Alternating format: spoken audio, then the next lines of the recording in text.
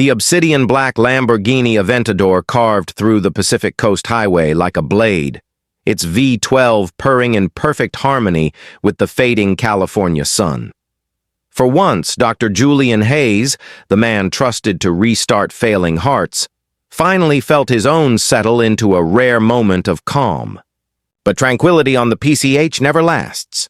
The sudden burst of red and blue lights behind him shattered the golden hour glow.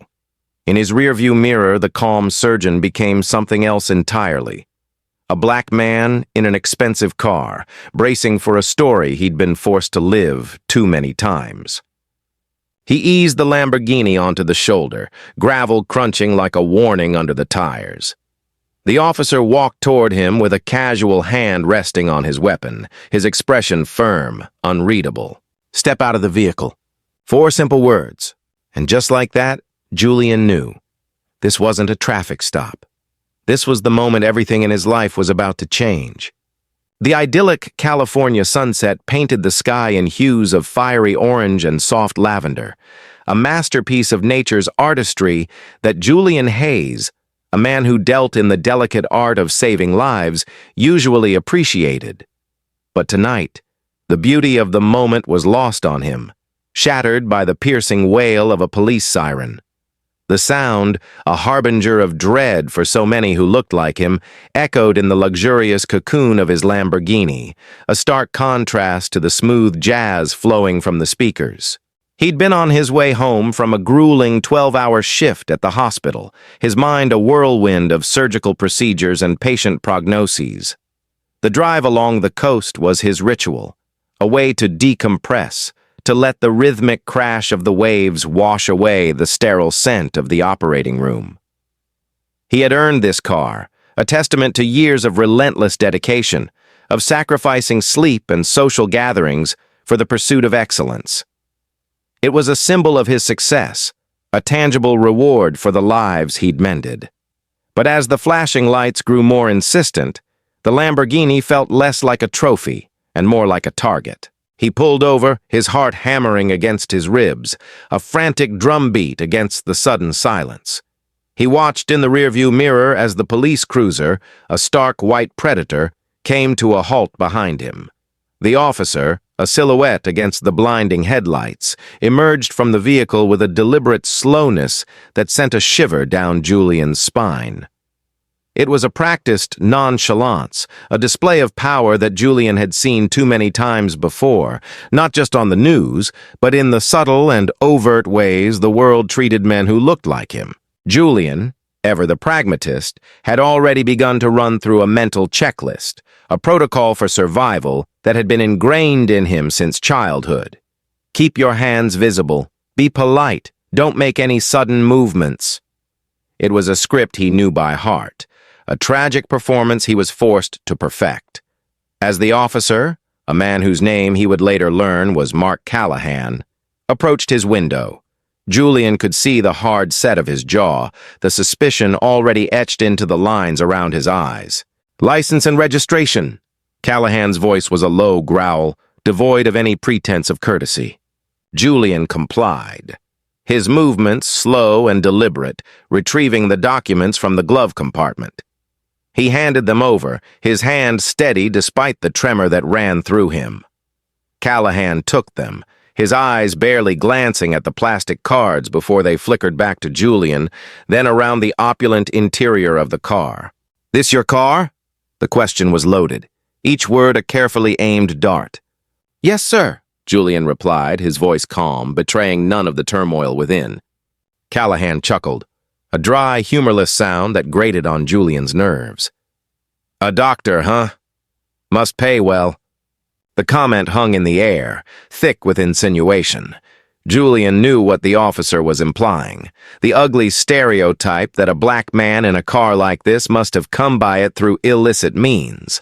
The injustice of it all, the sheer absurdity of having to defend his success, his very existence, to a man who saw him not as a respected surgeon, but as a potential criminal, ignited a spark of anger within him.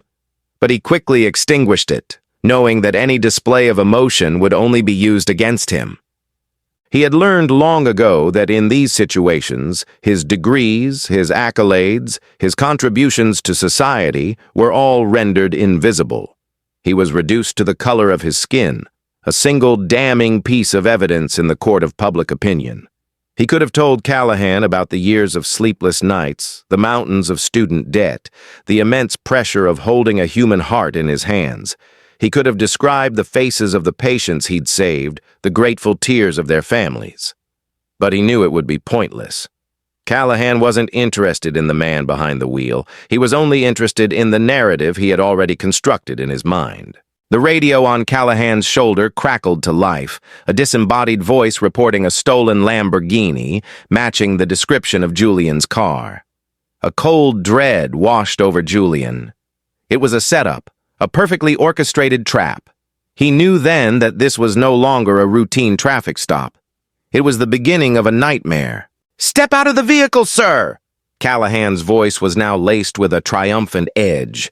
As Julian stepped out of the car, the cool night air a stark contrast to the heat of his anger, he felt a profound sense of helplessness. The world he had worked so hard to build, a world of respect and accomplishment, was crumbling around him, reduced to a roadside spectacle. He was no longer Dr. Hayes, the brilliant cardiac surgeon. He was just another black man, another statistic, another victim of a system that was designed to see him as a threat. The irony was not lost on him. He spent his days mending broken hearts. Yet here he was, his own heart shattering into a million pieces on the side of a highway under the cold, indifferent gaze of a man who refused to see his humanity. The symphony of his life had been silenced, replaced by the jarring cacophony of injustice. The cold, sterile environment of the police station was a world away from the sterile, life-saving environment of the operating room Julian was accustomed to. The air, thick with the smell of stale coffee and disinfectant, was a suffocating miasma of despair. The fluorescent lights hummed a monotonous tune, a stark contrast to the rhythmic beeping of the heart monitors that usually filled his days. Here, the only rhythm was the slow, agonizing tick of the clock on the wall, each second a painful reminder of his stolen freedom. Stripped of his tailored suit and Italian leather shoes, he was now clad in a standard-issue orange jumpsuit, a garment designed to strip away individuality, to reduce a man to a mere number. The fabric was coarse against his skin, a constant irritating reminder of his predicament. He, Dr. Julian Hayes, a man whose hands were insured for millions, a man who held the power of life and death in his skilled fingers, was now just another inmate, another face in the gallery of the accused. The interrogation room was a claustrophobic box, the gray walls seeming to close in on him with each passing moment. He sat on a cold metal chair, his hands cuffed behind his back, the metal biting into his wrists. Across from him sat Officer Callahan and another detective, a man with a world-weary face and a cynical glint in his eyes.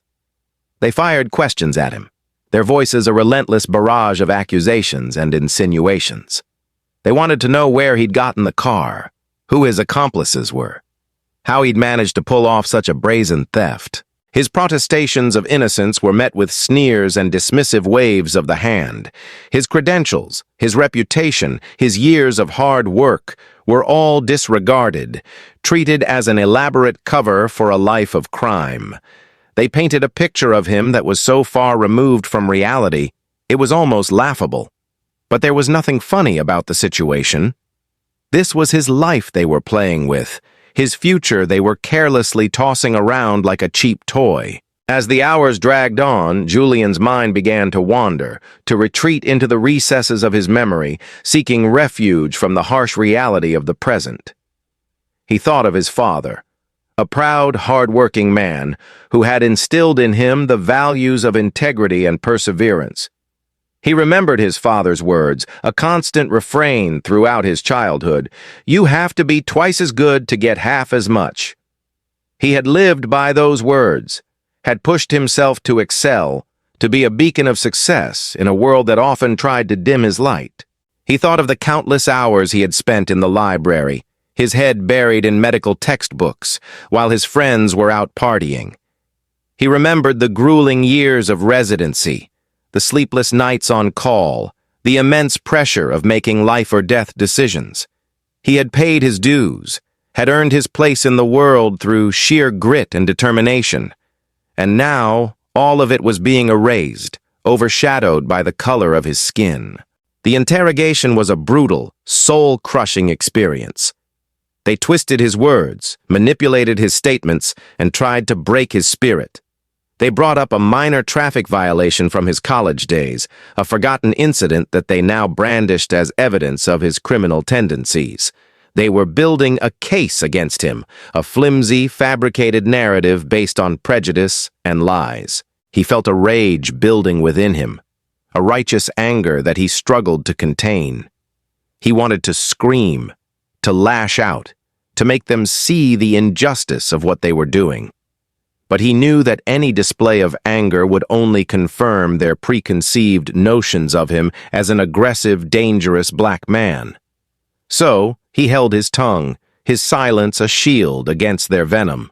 He thought of Maya Angelou's powerful words, "But still, like air, I'll rise."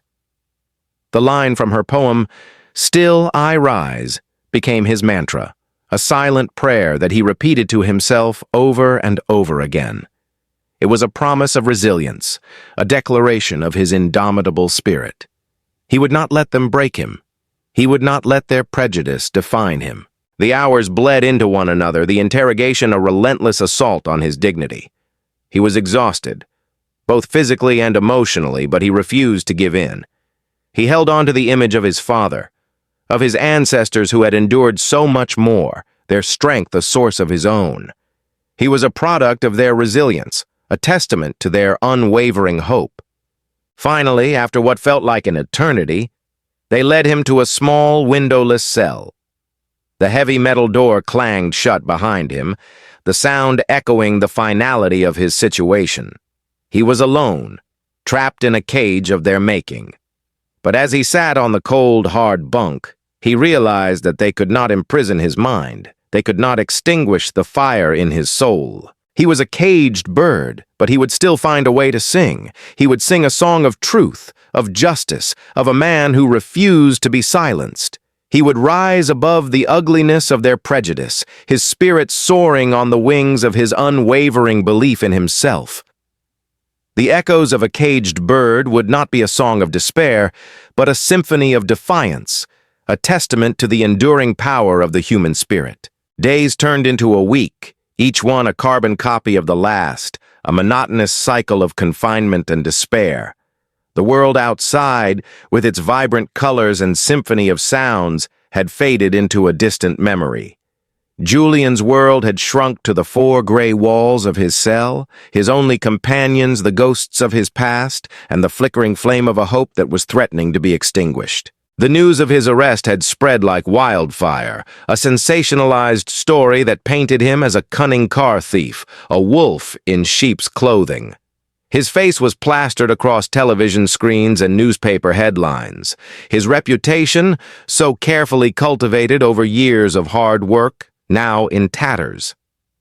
The hospital, in a move that felt like a betrayal, had placed him on indefinite leave, their carefully worded statement a thinly veiled attempt to distance themselves from the scandal. He felt a profound sense of isolation, a feeling that he was adrift in a sea of injustice, with no land in sight. His calls to friends went unanswered, their silence a deafening roar of condemnation. He was a pariah, a man judged and convicted in the court of public opinion long before he had a chance to defend himself. Just as he was about to succumb to the crushing weight of despair, a glimmer of hope appeared in the form of a visitor. Her name was Sarah Jenkins, a young, fiery lawyer from the ACLU, her eyes burning with a passion for justice that reignited the dying embers of his own. She was a force of nature, a whirlwind of energy and determination, and from the moment she walked into the sterile visiting room, Julian knew he had found an ally. Sarah listened to his story with an unwavering focus, her brow furrowed in concentration, her pen flying across her notepad. She didn't interrupt. She didn't judge. She simply listened, her empathy a soothing balm to his wounded spirit. For the first time since his arrest, Julian felt seen, heard, and believed. "This is a clear case of racial profiling," she said, her voice filled with a conviction that was both comforting and empowering. "We're going to fight this, and we're going to win." Her words were a lifeline, a promise of a future that he had started to believe was lost to him forever. He felt a surge of gratitude so profound, it brought tears to his eyes. He was no longer alone in his fight. He had a champion, a warrior who was willing to go into battle for him. Sarah immediately set to work, her legal mind a well-oiled machine. She filed motions, challenged the evidence, and began to dismantle the prosecution's flimsy case. She discovered that the stolen Lamborghini was, in fact, a case of a mistaken report, a clerical error that had been corrected hours before Julian's arrest. Officer Callahan, it turned out, had failed to check for an update, his eagerness to make an arrest clouding his judgment. She also uncovered a pattern of racial bias in Callahan's past arrests, a history of targeting minority drivers that the police department had conveniently overlooked. The evidence was damning, a clear indication of a systemic problem that went far beyond a single rogue officer. As Sarah delved deeper into the case, she became more than just his lawyer. She became his confidant, his friend.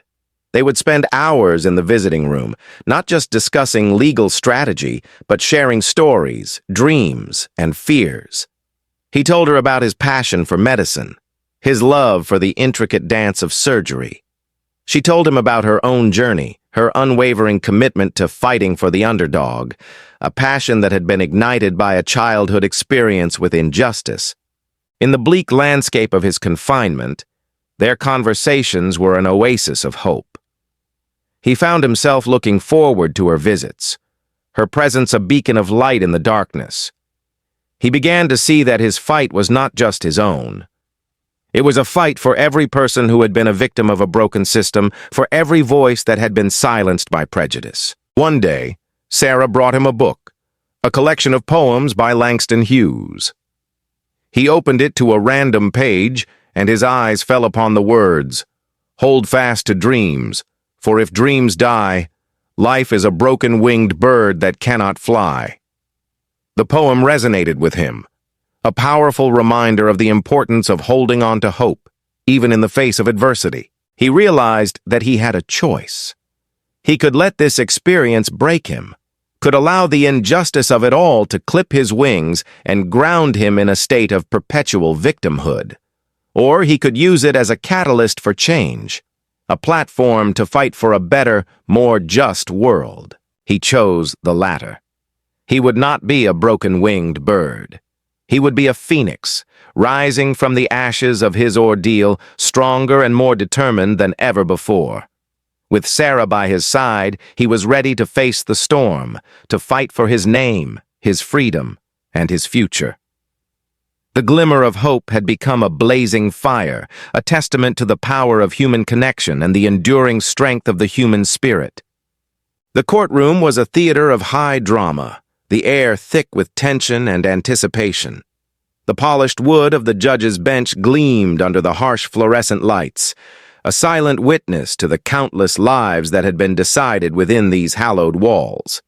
For Julian, it felt like an arena, a place where he was to be judged not by a jury of his peers, but by a society that had already deemed him guilty. He sat at the defendant's table, his hands clasped tightly in his lap, his heart a frantic drum against his ribs.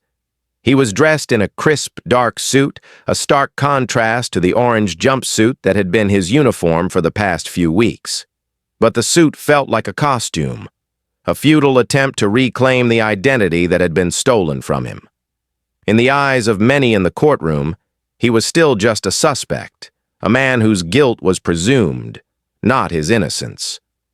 Sarah, a pillar of strength and composure beside him, exuded an aura of quiet confidence. She was a warrior in a tailored suit, her briefcase her sword, her words her shield.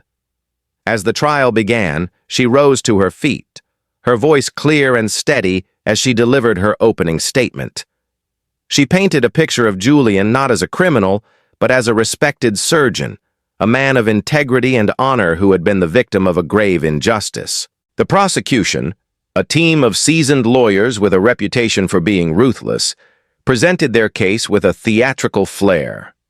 They called Officer Callahan to the stand, a man who projected an air of unshakable confidence, his testimony a carefully crafted narrative that portrayed Julian as a suspicious character, a man who fit the profile of a car thief. But Sarah was ready for him. Her cross-examination was a masterclass in legal strategy. She dismantled his testimony piece by piece, exposing the inconsistencies and a clear pattern of racial bias in his previous arrests. She presented evidence of the clerical error regarding the stolen car report, a crucial piece of information that Callahan had conveniently ignored. She played the dashcam footage from the arrest, the grainy video a stark testament to Callahan's aggressive and unprofessional conduct. The courtroom watched in stunned silence as the footage rolled. The officer's condescending tone and Julian's calm demeanor a stark contrast. The jury, a diverse group of men and women, shifted uncomfortably in their seats, their expressions a mixture of surprise and dawning realization. The prosecution's star witness was quickly becoming their biggest liability. Julian, watching the proceedings from the defendant's table, felt a flicker of hope ignite within him. For the first time, he felt like he had a fighting chance. Sarah was not just defending him, she was exposing a systemic problem, a deep-seated prejudice that had been allowed to fester within the police department for far too long. The trial was a grueling emotional roller coaster. Julian had to endure the humiliation of having his character assassinated, his life scrutinized and twisted by the prosecution. They brought up his expensive car, his luxurious lifestyle, and even his race, as evidence of his supposed guilt. It was a painful and dehumanizing experience, a public stripping of his dignity. But through it all, Sarah was his rock, her unwavering belief in him a constant source of strength. She presented a powerful defense, calling to the stand a parade of character witnesses, colleagues, patients, and friends who spoke of his kindness, his dedication, and his unwavering commitment to his community. They painted a picture of a man who was the antithesis of the criminal the prosecution was trying to create. The most powerful moment of the trial came when Julian himself took the stand. His voice at first was a nervous tremor, but as he began to speak, it grew stronger, filled with the weight of his truth. He spoke not just of his innocence, but of the fear, the humiliation, and the profound sense of injustice he had felt. He spoke of the driving while black phenomenon, a reality that so many people of color faced every day. His testimony was a heartfelt plea for understanding, for a recognition of the humanity that had been denied him. The courtroom was silent, every person in the room captivated by his words. He was no longer just a defendant. He was a man, a human being, sharing his pain and his truth with the world. He spoke of the American dream, a dream he had worked so hard to achieve, a dream that had been so cruelly threatened by the very system that was supposed to protect it. As he stepped down from the stand, he felt a sense of release, a feeling that he had finally been heard. He had spoken his truth, and now it was up to the jury to decide his fate. The weight of truth, he realized, was a heavy burden, but it was also a powerful weapon.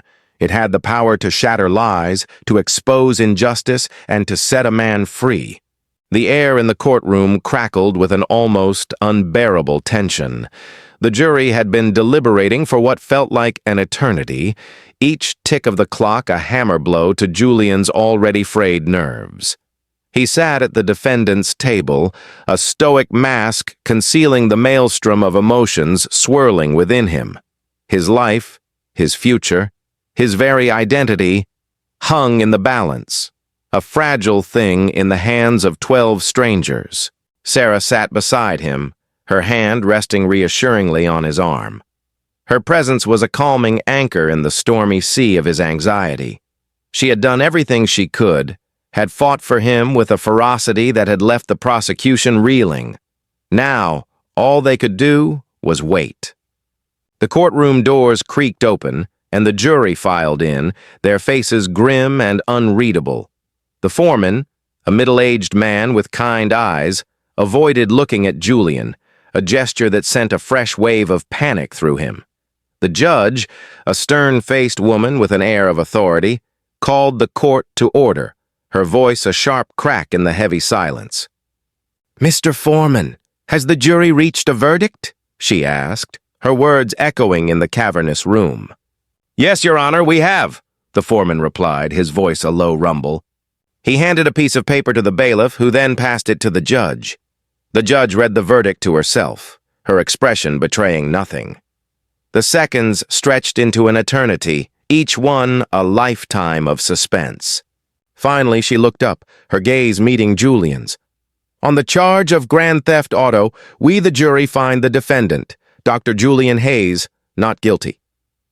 The words washed over Julian like a tidal wave, a mixture of relief, disbelief, and overwhelming gratitude. A sob escaped his lips, a raw, guttural sound that was a release of all the pent-up fear and anguish he had been carrying for weeks. He buried his face in his hands, his shoulders shaking as the tears flowed freely. Sarah wrapped her arms around him, her own eyes glistening with tears. "We did it, Julian," she whispered, her voice thick with emotion. "We did it." The courtroom erupted in a flurry of activity. The prosecution, their faces a mask of disappointment, quickly packed up their briefcases and left. The reporters who had been following the case with a frenzied intensity scrambled to get a quote from Sarah, their cameras flashing like 1,000 tiny lightning bolts. But for Julian, the world outside of his own personal victory had faded into a blur. He was a free man, his name cleared, his life given back to him. But he knew that this was not just his victory. It was a victory for every person who had been a victim of racial profiling, for every voice that had been silenced by a broken system. The verdict sent a ripple effect through the community, a shockwave that was felt far beyond the confines of the courtroom. The case had shone a spotlight on the issue of racial profiling, a topic that had for too long been relegated to the shadows. The public outcry was immense, a chorus of voices demanding change, accountability, and justice. The police department, facing a public relations nightmare, was forced to launch an internal investigation into Officer Callahan's conduct. He was suspended without pay, his badge and his gun taken away. The department, in a desperate attempt at damage control, announced a series of reforms, including mandatory bias training for all officers and a new policy on traffic stops. But the ripple effect didn't stop there. Julian's case became a catalyst for a larger conversation about race and justice in America. It was a story that resonated with people from all walks of life, a powerful reminder of the work that still needed to be done. Civil rights organizations, inspired by Julian's story, launched new initiatives aimed at combating racial profiling and police misconduct. Julian, once a reluctant participant in this drama, now found himself at the center of a movement. He was no longer just a doctor, he was a symbol of resilience, a voice for the voiceless. He did interviews, spoke at rallies, and used his platform to advocate for change. He discovered a new purpose, a new passion, a new calling. He had always been a healer, a mender of broken hearts. But now, he was healing a different kind of brokenness, the brokenness of a society that was still struggling to live up to its ideals of liberty and justice for all. He had been through a fire, a trial that had threatened to consume him. But he had emerged from the flames, not unscathed, but stronger, more determined, and with a renewed sense of purpose. The verdict was more than just a legal victory, it was a moral one. It was a testament to the power of truth, the importance of fighting for what is right, and the enduring strength of the human spirit. The ripple effect of his case would be felt for years to come, a lasting legacy of a man who had refused to be a victim and had instead become a catalyst for change. The aftermath of the trial was a strange and disorienting time for Julian. He was a free man, his name cleared, his life supposedly back to normal. But the scars of his ordeal, both visible and invisible, remained. The world, he discovered, was not so quick to forget. The whispers and stares followed him like a shadow, a constant reminder of the man he had been painted as, a man who had been accused of a crime he did not commit. He returned to the hospital, a place that had once been his sanctuary, a place where he was respected and admired. But now it felt different.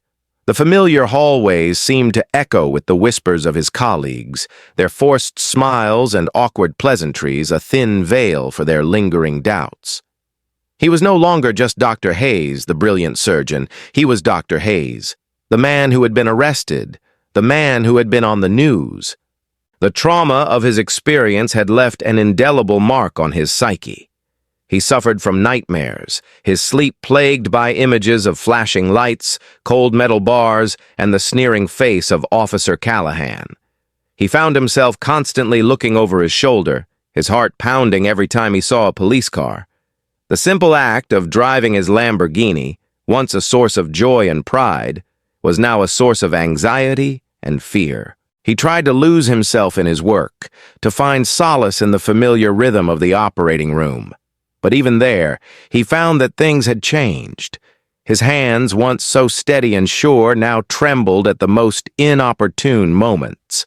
He had lost his confidence, his edge, his unwavering belief in his own abilities. He realized that he could not heal on his own. He needed help, a safe space to process the trauma he had endured. He started seeing a therapist, a kind and compassionate woman who helped him to navigate the labyrinth of his emotions. He learned to talk about his fear, his anger, and his profound sense of betrayal. He learned that it was okay to be vulnerable, to admit that he was not okay. Sarah, who had been his rock during the trial, continued to be a source of support and encouragement. Their friendship had deepened, a bond forged in the crucible of their shared struggle. She was the one person who truly understood what he had been through, the one person with whom he could be completely himself. It was during one of their late-night conversations as they sat on the balcony of his apartment, overlooking the twinkling lights of the city, that the idea for the Hayes Foundation was born. They talked about the systemic issues that his case had exposed, the need for real, lasting change. They envisioned a foundation that would provide legal aid to victims of racial profiling, advocate for police reform, and offer scholarships to underprivileged youth who dreamed of a career in medicine. The idea ignited a spark within Julian, a sense of purpose that he had not felt since before his arrest. He had been a victim, but he could also be a catalyst for change. He could use his experience, his pain, and his resources to help others who had been through similar ordeals. He poured his energy into the foundation, his passion for healing now channeled into a new direction. He sold his Lamborghini, the symbol of a life that no longer felt authentic to him, and used the money to fund the foundation's first initiatives. The car, once a source of so much pain, was now a source of hope, a tangible representation of his transformation. The Hayes Foundation quickly became a force for good in the community. They provided legal representation to dozens of people who had been wrongfully accused, their cases often leading to acquittals and settlements. They worked with local law enforcement agencies to implement new training programs and policies aimed at reducing racial bias. And they awarded scholarships to bright, deserving students who would one day become the next generation of healers and leaders. Julian, through his work with the foundation, found a new sense of purpose, a new way to heal. He was no longer just a surgeon who mended broken hearts. He was a man who was mending a broken system. The scars of his ordeal remained, a permanent reminder of the injustice he had endured. But they were no longer a source of shame or pain. They were a testament to his resilience, a symbol of his strength. He had been through a storm that had threatened to destroy him. But he had emerged from the wreckage, not as a victim, but as a survivor, a warrior, a healer.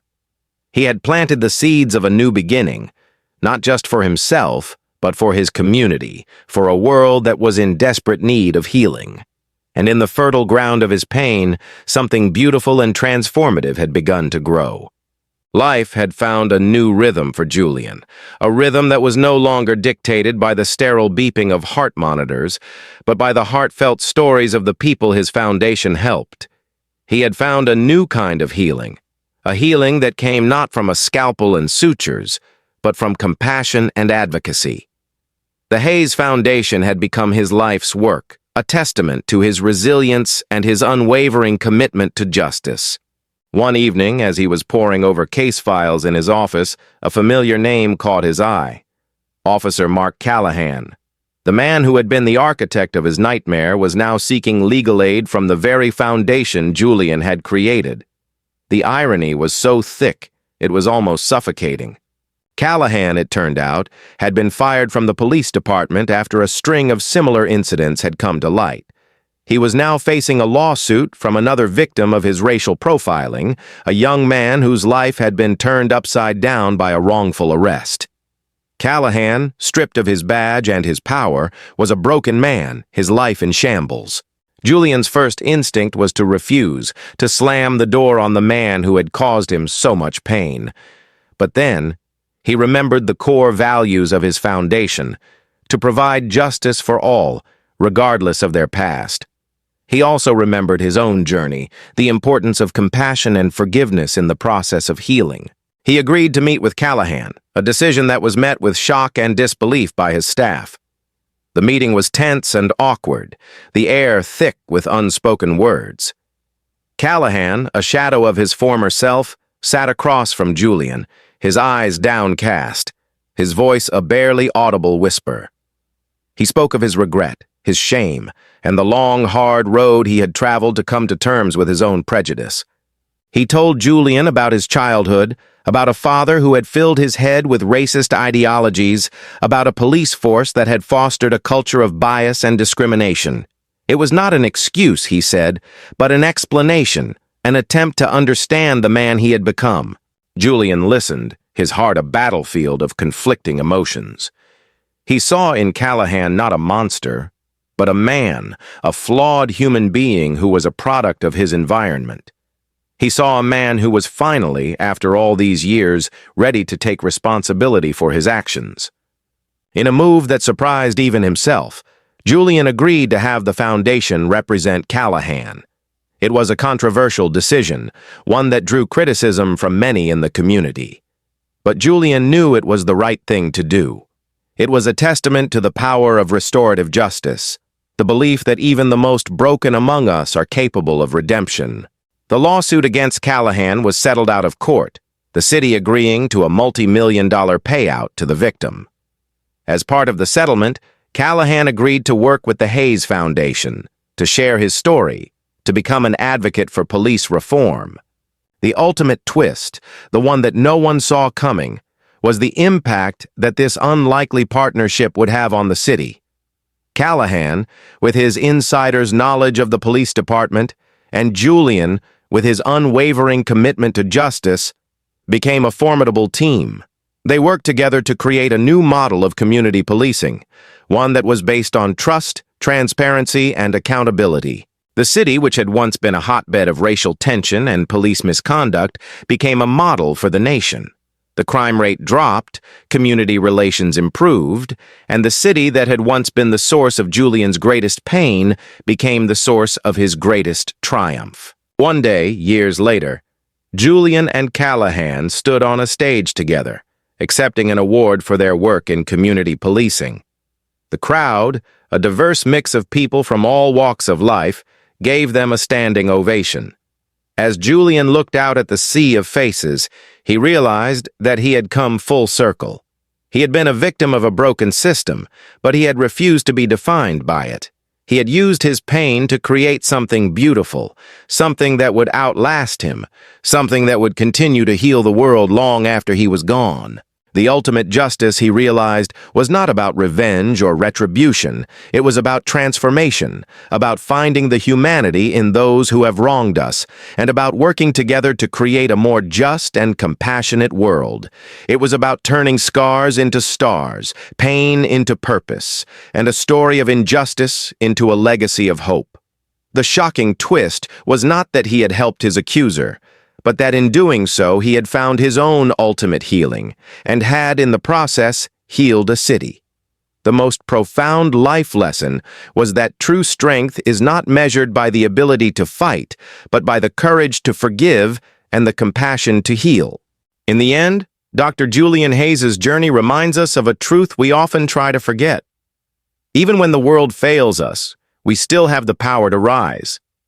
His story isn't just about injustice. It's about what we choose to do after it. The courage to stand back up, the strength to heal, and the grace to rebuild a life that someone else tried to break. Julian's resilience proves that our hardest moments don't define us. Our response to them does. From fear came clarity, from pain came purpose, and from one man's courage came a ripple of change that reached far beyond him. It's a reminder that justice isn't only found in courtrooms. Sometimes it's found in the quiet decision to keep going, to forgive, to demand better, and to believe, stubbornly, fiercely, in a world that can still be made right. If Julian's story moved you, inspired you, or made you think a little differently, take a moment to like this video, share it with someone who needs it, and subscribe for more real human stories that stay with you long after they end. Your support helps us bring more voices, more hope, and more humanity into the world. Thank you for watching.